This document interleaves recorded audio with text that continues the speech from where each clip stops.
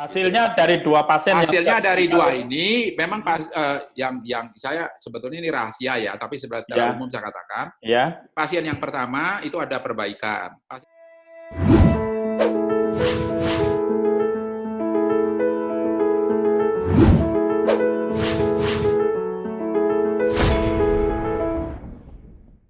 Assalamualaikum warahmatullahi wabarakatuh. Selamat siang, salam sejahtera untuk kita semua. Kali ini saya akan berbincang-bincang dengan Dr. Putu Moda Arsana, spesialis penyakit dalam, ahli endokrin, metabolik, dan juga diabetes, Vinasim. Beliau ini adalah selain sehari-harinya bertugas di Rumah Sakit Saiful Anwar, Dr. Putu ini kebetulan sekarang adalah ketua koordinator untuk terapi plasma konvalesen. Konvalesen. Ya, ini merupakan harapan baru bagi para penderita COVID-19 atau yang sudah dinyatakan positif, karena dengan metode ini sudah bisa dibuktikan bahwa pasien yang dinyatakan positif COVID-19 itu bisa disembuhkan. Dan di negara China ini sudah bisa dibuktikan keberhasilannya. Di Amerika juga informasinya juga seperti itu. Dan di Indonesia ini ada 2 rumah sakit yang ditunjuk oleh Kementerian Riset dan Teknologi dan juga Kementerian Kesehatan untuk mencoba atau melaksanakan terapi ini, yaitu di Rumah Sakit Saiful Anwar di Malang, yang kedua adalah di Jogja. Nah, kita ingin ngobrol lebih lanjut dengan Dr. Putu Moda Arsana, barangkali bisa dijelaskan lebih lanjut tentang terapi ini. Selamat siang, Dr. Putu. Selamat siang, Mas. Ya, kita... Terima kasih. Ya, mungkin langsung bisa dijelaskan, Dr. Putu, tentang terapi plasma konvalesen ini yang kalau kita menyebutnya sebagai vaksin lah, quote on quote ya, sebagai vaksin untuk pasien COVID-19 ini. Ya, bisa dijelaskan secara supaya orang awam bisa memahami tentang terapi ini seperti apa, Dok? Gampangnya begitu ya. Ya. Baik, tapi sebelum saya menjelaskan, saya mau menambahkan sedikit bahwa sebetulnya selain Malang dan Jogja, jadi memang yang mempelopori awalnya itu ada juga yang pelopor satu lagi adalah RSPAD. Di Rumah Sakit Angkatan. Jadi Kemenkes meminta RSPAD dan kita sebenarnya bertiga itu, jadi RSPAD Malang Jogja itu membuat protokol. Nah, cuman ada sedikit beda protokol, tapi tidak apa-apa, secara prinsip itu hampir sama. Dan kemudian belakangan secara nasional, Kemenristek meminta beberapa rumah sakit untuk ikut. Nah, sehingga sekarang ada sekitar 10 rumah sakit. Sekarang seluruh Indonesia ada 10 rumah sakit ya? 10 rumah sakit plus beberapa rumah sakit lagi yang istilahnya yang sangat tertarik untuk melakukan. Di Jawa Timur selain di RSSA, di mana aja? Surabaya. Jadi Surabaya belakangan join kita, gitu ya. Jadi Surabaya rumah sakit UNER atau rumah sakit Dr. Sutomo? Oh, Dr. Sutomo. Oke. Ya. Jadi itu yang sedikit tambahan. Nah, kembali kepada plasma konvalesen terapi, secara awam bisa dijelaskan sebagai berikut. Ya. Kalau seseorang pasien atau seseorang lah, bukan pasien, belum pasien, kemudian dia kena infeksi, infeksi apapun, maka tubuhnya akan membuat zat anti ya untuk melawan infeksi tersebut. Ya, untuk melawan, misalnya kalau dia infeksi kena misalnya cacar gitu ya, jadi tubuh akan membuat zat untuk melawan penyakit cacar. Nah, difteri, tetanus itu, sehingga kemudian muncul zat anti yang namanya dalam tubuh itu antibody. Nah, jadi kalau ada agent atau ada penyakit itu kemudian masuk ke dalam tubuh seseorang, maka di situ tubuh akan membuat zat antinya, namanya antibodi. Nah, untuk COVID-19, ya, kalau seseorang itu kena, maka tubuh akan membuat antibodi. Nah, cuman pembuatan antibodi ini butuh waktu. Butuh waktu. Jadi yang pertama kali ada beberapa jenis antibodi. Yang pertama kali dikeluarkan namanya IgM, antibodi imunoglobulin M.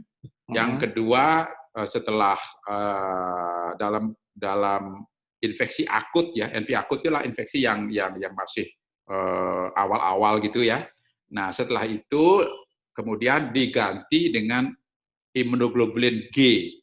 Ya, jadi IgM dan diganti oleh IgG kalau imunoglobulin G gitu. Nah, jadi seseorang itu kalau dia kena infeksi, maka dia akan membentuk antibodi, begitu. Ya. Nah, itu. Nah, lanjut. Kalau saya boleh lanjutkan? Ya, lanjut, dokter. Ya, oke. Jadi kemudian antibodi ini diproduksi tubuh untuk melawan penyakit. Nah, hasilnya adalah kalau penyakit itu bisa dikalahkan oleh antibodi, maka yang bersangkutan sembuh. Tapi kalau misalnya ya tubuh terlambat untuk membuat antibodi karena sesuatu hal atau antibodi yang dibuat tidak bagus, penyakit yang datang itu lebih berat, lebih banyak, maka dia sakit dan bisa menimbulkan sampai dia meninggal kalau tidak dilawan dengan obat-obatan yang lain. Jadi, nah antibodi ini ada dua sebetulnya kalau digolongkan, yang pertama adalah antibodi yang sudah ada secara umum general. Ya, di dalam tubuh manusia. Di dalam tubuh seseorang itu semua pada saat dia lahir dia sudah punya antibodi. Ya. Nah, jadi antibodi ini tidak spesifik. Jadi tidak spesifik artinya apapun penyakit yang datang dia lawan. Tapi karena tidak spesifik ini maka dia tidak begitu kuat. Nah, antibodi yang kedua, yang pertama tadi namanya kalau istilah kedokterannya innate ya. Nah, itu dia semua orang yang ada sejak lahir dia punya. Nah, yang kedua, pada saat antibodi dia sakit, dia dibentuklah antibodi yang spesifik, namanya acquired, antibodi yang didapat. Nah, antibodi ini kuat sekali dan spesifik, dia khusus bisa melawan penyakit tertentu. Cuman supaya terbentuk dia harus diinfeksi dulu. Ya. Nah, sedangkan kalau innate itu enggak, jadi dia sudah ada di dalam tubuhnya. Diinfeksi itu maksudnya gimana, Dok? Kemasukan penyakit. Oh, harus ada penyakit dulu, baru keluar yang antibodi yang karena istilahnya ada maling dulu, baru kemudian bereaksi tubuh ini untuk melawan itu gitu. Nah, jadi sekarang pada COVID ya, saya lanjutin ya. Ya. Jadi pada COVID itu sekarang kan ada dua kemungkinan. Orangnya itu bisa sembuh atau bisa sakit terus meninggal. Nah, orang yang sembuh ini selain didapat pengobatan, obat, maka tubuhnya juga bisa membuat antibodi. Nah, gitu ya. Nah, sehingga kalau orang itu setelah sakit kemudian dia sembuh, maka diperiksa darahnya, apakah dia sembuh karena obat atau karena antibodi. Biasanya dua ini ada ini. Nah, dicek, kemudian ternyata di dalam tubuhnya ada antibodi. Nah, antibodi ini kemudian diambil dari tubuh orang yang sudah sembuh itu, disedot, ya plasmanya, ya karena antibodi itu ada di dalam plasma, maka plasmanya disedot. Harapannya adalah plasma itu mengandung antibodi, ya demikian, dan memang sudah dicek mengandung. Kemudian diberikanlah plasma ini kepada orang yang sedang sakit. Hanya ada orang lain sakit, tapi golongan darahnya cocok, golongan darahnya harus dites itu. Maka golongan darahnya harus sama ya? Harus sama, harus dicek. Ada syarat-syaratnya tertentu, nggak boleh ngawur-ngawur, itu nggak boleh. Nah, gitu. Nah, ini diberikan, akhirnya antibodi ini ya membantu pasien untuk melawan virus yang sedang menginfeksi pasien itu gitu. Nah, ini namanya plasma konvalesen terapi. Saya tanya, Dok, yang tadi pada saat mengambil plasma darah dari pasien yang sembuh ya, itu berarti dia harus dinyatakan sembuh dulu baru diambil plasmanya. Betul, ya, harus dinyatakan sembuh dulu, baru diambil plasmanya, begitu ya? Betul. Terus habis itu disuntikan kepada pasien yang dinyatakan positif. Iya, COVID. betul. Ya ditransfusi pasien yang sedang sakit. Bukan, tidak harus positif. Misalnya dalam status PDP itu juga bisa ya, dok? Begini, sebetulnya secara aturan tentu harus positif gitu loh. Harus kalau misalnya positif. sekarang PDP itu kan belum tentu positif, bisa positif, bisa juga negatif. Tetapi yang penting adalah bahwa ada virus pada orang yang sakit itu supaya bisa dilawan oleh antivirus yang ada di dalam orang yang sudah sembuh itu gitu. Ya. Oke. Dan di Rumah Sakit Saiful Anwar sendiri sudah berhasil untuk menerapkan, artinya tingkat keberhasilannya sudah bisa dibuktikan, dok, kira-kira? Nah, gini, sebetulnya ini kan suatu prosedur yang baru. Ya. Nah, prosedur baru dulu dikerjakan pada penyakit SARS yang lama, SARS, kemudian MERS, Ebola, ya, itu 3 penyakit yang berat-berat itu dikerjakan prosedur ini, ternyata hasilnya bagus. Bagus, ya. Maka kemudian dicobalah penyakit ini untuk COVID-19. Karena yang dimasukkan adalah darah seseorang yang mengandung antibodi, maka tidak awal-awalnya ini harus dites dulu, diteliti dulu gitu loh. Ya, dari si pendonor, dari pihak pendonornya diteliti lebih dulu. Semua diteliti. Jadi karena ini tanda petik ya, kalau misalnya contoh nih, ada obat baru. Obat baru ini kita belum tahu hasilnya. Kan tidak boleh ini langsung dikasih pada pasien. Kan harus dilakukan penelitian dulu, tahap-tahapan penelitian. Nah, begitu. Nah, karena ini obat dianggap prosedur baru untuk COVID-19, maka harus diteliti. Nah, untuk meneliti ini kan kita harus ada syarat-syarat penelitiannya, ada etikanya, etika penelitian, kemudian ada syarat-syarat donor, ada syarat-syarat resipien, bagaimana metode penelitiannya, begitu. Sehingga butuh waktu yang panjang gitu, tidak langsung di awal-awal. Dan Malang ini sebetulnya mulai bulan Februari, jadi saya dengan tim, dengan Pak Direktur ya, saya lapor kepada Pak Direktur, pertama kali Malang, kemudian Pak Direktur setuju untuk dilakukan prosedur ini. Tapi karena ini prosedur medis menyangkut nyawa seseorang kan harus ada protokolnya gitu loh. Maka mulai Februari sampai April itu kita membuat protokolnya. Mulai Februari ya, dok ya? Iya, awal idenya itu Februari. Kan kalau Februari belum rame soal corona. Di luar sudah ada, pokoknya awal-awal di Cina itu loh. Iya.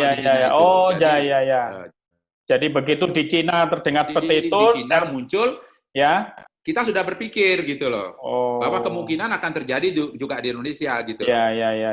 Jadi kemudian kita sudah bincang-bincang dengan teman-teman, kita bikin proposalnya, kemudian kita kemudian karena proposal itu harus disetujui secara etika dan penelitian ada biayanya, kita ajukanlah ke Kemenristek. Nah, di sini kemudian ide ini ditangkap oleh teman-teman yang lain, dari Gama, dan kebetulan Prof. Ali Gufron, ya, Prof. Ali Gufron yang mantan Wamenkes itu, kemudian ada teman-teman lain ya, ada Dr. Jarir dan sebagainya, itu kemudian bergabunglah menjadi suatu konsorsium. Nah, kemudian konsorsium ini membuat protokol. Nah, sebetulnya Malang sendiri sudah buat protokol sebelumnya, tapi karena biaya atau penelitian itu harus memenuhi syarat-syarat yang lebih ketat, maka dibuatlah protokol nasional. Nah, setelah itu protokol nasional di banyak rumah sakit yang ikut, kemudian dilakukan. Nah, Malang, seperti pertanyaan itu, sudah melakukan. Tapi karena donor juga syarat-syaratnya ketat, jadi kita sudah melakukan pada pemberian pada 2 pasien gitu. Maksudnya dua pendonor untuk 2. Pendonornya lebih dari 2. Pendonornya sudah lebih 2. Nah, terus pasien yang sudah diberikan itu 2, yang calon-calon pasien ini masih banyak. Hasilnya gitu. Dari 2 pasien. Hasilnya dari 2 ini memang yang saya sebetulnya ini rahasia ya, tapi secara umum saya katakan. Pasien yang pertama itu ada perbaikan, pasien yang kedua juga menunjukkan perbaikan. Dalam tempo berapa hari sejak biasanya diinjeksi itu? setelah 2-3 hari itu sudah langsung menunjukkan perbaikan. Oh, Karena kita berikan 2 kali. Tapi yang 2 pasien itu apa sudah dinyatakan negatif, dokter? Belum. Kan ini Belum baru ya? kemarin kan masih lama. Baru kemarin. Tapi kondisinya membaik ya? Ya, jadi yang pasien pertama sebetulnya agak terlambat memberikan sehingga kemudian ada perbaikan selama 2 hari, 2-3 hari, kemudian diberikan 2 kali karena batas pemberian penelitian itu 2 kali. Yang pemberian ketiga sebetulnya kita mau berikan lagi, tapi ternyata protokolnya tidak pas, dan karena keterlambatan dari pasien, pada akhirnya meskipun ada perbaikan, tapi pada akhirnya tidak tolong. Tapi pasien yang kedua, yang tadinya pakai ventilator, ini sudah kita laporkan, sudah bisa lepas ventilator, hasilnya bagus. Ya, secara konsep kalau kita lihat data, kan ada di Malang Raya itu ada 368 pasien yang sembuh dari COVID-19, dokter.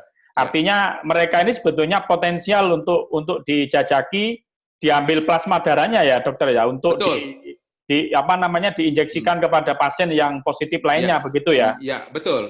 Jadi artinya cuman begini, kadang-kadang kan kita lihat kondisi pasien. Misalnya yang kita pilih adalah laki-laki yang berumur antara 17 sampai 40-45 tahun yang bagus itu ya. Nah, karena apa? Karena dianggap bahwa orang itu bisa bagus memproduksi antibodi. Sebenarnya bisa sampai 60 tahun. Nah, dia memproduksi antibodi dan kualitasnya bagus dan jumlahnya banyak. Kalau dia itu lebih muda. Nah, kalau wanita kalau belum nikah, karena kalau dia pernah hamil kemungkinan ada. Oh, kalau wanita harus belum nikah ya? Sebetulnya belum menikah atau sesudah menikah tapi belum pernah punya anak. Itu. Jadi kalau sudah pernah punya anak ada syarat lain lagi. Nanti ada di tes HLA namanya tuh dan sebagainya. Nanti ada prasyarat donor yang agak sedikit lebih ketat ini. Sejauh ini ketika ini diterapkan, kendalanya yang ditemui di lapangan apa, dokter? Ketika ini diterapkan? Sebetulnya tidak ada kendala karena sebetulnya begini, ini kan sama dengan transfusi biasa. Jadi sama dengan transfusi darah gitu loh. Dan kita sudah biasa mengerjakan transfusi darah, secara teknis tidak ada kendala. Kendalanya adalah saat kita mencari donor, kemudian donornya harus dites macam-macam, dia harus memenuhi syarat-syaratnya, antara lain dia harus positif antibodinya, titernya atau jumlahnya terus banyak, kemudian golongan darahnya bebas HIV, bebas hepatitis B dan sebagainya, bebas hepatitis C. Kemudian jadi tidak usah khawatir bagi yang menerima itu bahwa semuanya dipastikan aman ya. Karena gini, dari pengalaman kita 2 pasien itu tidak ada efek samping sama sekali yang kita temukan. Dari penelitian-penelitian di luar negeri, ya dari penelitian negeri angka keberhasilan antara 60-80%. Nah, jadi dan tidak ditemukan efek samping. Nah, jadi sehingga dari sisi efek samping sebetulnya kan yang penting ABO sistemnya cocok, jadi golongan darahnya itu cocok, kemudian tidak ada hepatitis, tidak ada HIV dan sebagainya. Dari sisi itu tidak masalah, karena selama ini kita sudah sering melakukan transfusi, yang penting cocok, no problem gitu. Ya, dan yang melakukan pun kan juga tidak sembarangan, rumah sakitnya harus direkomendasikan. Ada indikasi yang cukup ketat di situ. Gitu. Ya, untuk ini untuk sekali lagi untuk orang awam, dokter. Saya tadi menyebut di awal ini adalah quote on quote ini adalah vaksin. Tapi sebetulnya bedanya ini dengan vaksin itu apa, dokter? Nah, bagus tuh pertanyaan. Jadi gini. Jadi vaksin itu adalah cara untuk mendapatkan atau memproduksi antibodi dengan memberikan kuman yang sudah dilemahkan. Gitu. Jadi misalnya gini, sekarang ada cacar. Nah, dari kuman cacar itu, kalau sekarang cacar sudah dikerjakan lagi, atau difteri lah, difteri. Difteri itu bagian daripada kuman difteri itu tidak bisa kuman utuh yang dilemahkan atau bagian daripada protein kuman diambil, disuntikkan kepada orang sehat atau anak-anak atau apa yang divaksin itu. Proteinnya saja yang diambil. Protein dari kuman itu yang diambil. Ya, protein dari kuman atau kuman yang sudah mati atau yang kuman yang sudah sangat lemah dilemahkan. Nah, karena apa? Karena kan dia harus bisa menimbulkan antibodi gitu loh. Iya, iya. Nah, jadi bagian daripada kuman itu juga bisa. Nah, ini tergantung daripada jenisnya. Dimasukkan pada orang sehat sehingga orang ini atau anak ataupun orang sehat bisa memproduksi antibodi. Jadi ini rekayasa. Jadi antibodi yang direkayasa gitu loh. Oh ya. Nah, Berarti kalau ini kan tidak. Ya. Kalau ini kan tidak. Orang yang normal kena infeksi secara alami, ya, kemudian muncul antibodi, antibodinya diambil, dikasihkan orang lain. Jadi ini tidak divaksinasi karena tidak direkayasa. Ini adalah munculnya antibodi secara alami. Ya, Nah, berarti kesamaannya sama-sama objeknya ini pada antibodi ya, dok? Ya, antara jadi, vaksin dengan terapi plasma ini. Iya, artinya zat yang satu dimunculkan, kemudian yang satu muncul secara alami pada orang lain, diambil diberikan kepada orang yang memerlukan. Gitu. Memang agak beda. Ya, kaitannya dengan satu pasien misalnya, tadi misalnya ada pendonor itu yang sudah sembuh, itu ketika diambil plasmanya, satu pendonor itu bisa dipakai untuk berapa pasien, dok? Nah, ini bagus juga, ini pertanyaan teknis. Jadi, yang kita lakukan sekarang, itu adalah, kalau darah utuh yang diambil, misalnya kita melakukan suatu donor darah, itu kan maksimal 200, maksimal sekali 250 cc. Nah, karena ini adalah yang diambil cuma cairannya saja, plasmanya saja, jadi dilakukan yang namanya proses plasmafaresis, darah itu disedot, kemudian yang sel-selnya dikembalikan lagi ke dalam tubuhnya, cairannya diambil, itu biasanya bisa sampai 600. Tapi jadi awalnya 250 cc. Kalau semua darah whole blood namanya 250 cc. Kalau ini bisa sampai 600. Oh, maksudnya gimana? 600 cc. 600 total cc, 600 cc diambil plasmanya tok. Plasmanya saja. Nah, karena darah sarahnya itu dikembalikan lagi masuk ke dalam orang yang bersangkutan. Enggak, maksud saya kok lebih besar dari yang 250 cc tadi, dok? Ya, karena kalau 250 cc kan seluruh volume darah diambil, termasuk dari sel darah merahnya. Ya, terus kalau diambil banyak kan dia bisa shock, dia bisa anemi, bisa apa. Enggak, maksud saya dari ini enggak. Ya, 250 cc, nanti yang diambil hanya berapa tadi plasmanya, dok? Kalau kita transfusi darah, itu kalau kita misalnya datang ke PMI, kita minta darah, itu dimasukkan atau diambil, donornya diambil 250 cc-an sekitar itu, maksimal 300 lah. Nah, kalau ini bisa sampai 600 cc. Nah, karena apa? Karena yang diambil cuma komponen airnya, cairannya saja, dan ini supaya dia tidak shock, gitu, kita berikan albumin gitu. Jadi cairan yang mengandung antibodi diambil, tetapi diganti dengan cairan albumin gitu. Nah, gitu. Jadi supaya bisa diambil agak banyak. Nah, jadi kalau misalnya seseorang itu membutuhkan 200 cc sampai 400 cc untuk satu pasien, maka dengan 600 cc itu bisa kita berikan untuk 2 pasien sampai 3 pasien. Oh, berarti rata-rata satu pendonor bisa 2 sampai 3 pasien ya, dok ya? Ya, 2 pasien lah rata-rata itu. Begitu. Oke, kalau dari ID sendiri memang sudah ini ya, kalau sudah Kemenristek-Dikti memberikan rekomendasi, berarti otomatis dari ID juga sudah ini ya, dokter ya, sudah apa namanya, terapi ini memang sudah disepakati ya bahwa bisa untuk digunakan ya. Ya, jadi gini, sebetulnya ini kan di Saiful Anwar maupun di 10 center rumah sakit itu, termasuk RSPAD, itu kan sebetulnya sedang di dalam penelitian. Tapi hasil penelitian sementara itu bagus. Di RSPAD juga bagus, di luar negeri bagus hasilnya. Nah, kita ini spot-spot begitu, dari saya, kita baru dapat 2 pasien, hasilnya yang satu secara klinis dan itu membaik, yang satu itu laboratorium membaik, tapi karena terlambat memberikan itu memang ya karena sudah bukan indikasinya lagi.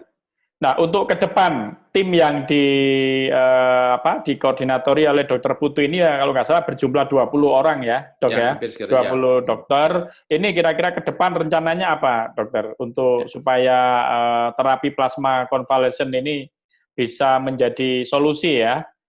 Kaitannya dengan kita mau memberlakukan new normal ini, barangkali ini menjadi backup ya, kalau menurut saya bisa menjadi backup ketika nanti sudah diterapkan new normal, begitu. Ya. Jika yang Anda dengar dari perkataan saya, jika yang Anda saksikan dari video saya menurut Anda baik dan menurut Anda ada manfaatnya, jangan lupa subscribe dan share kepada yang lain. Terima kasih.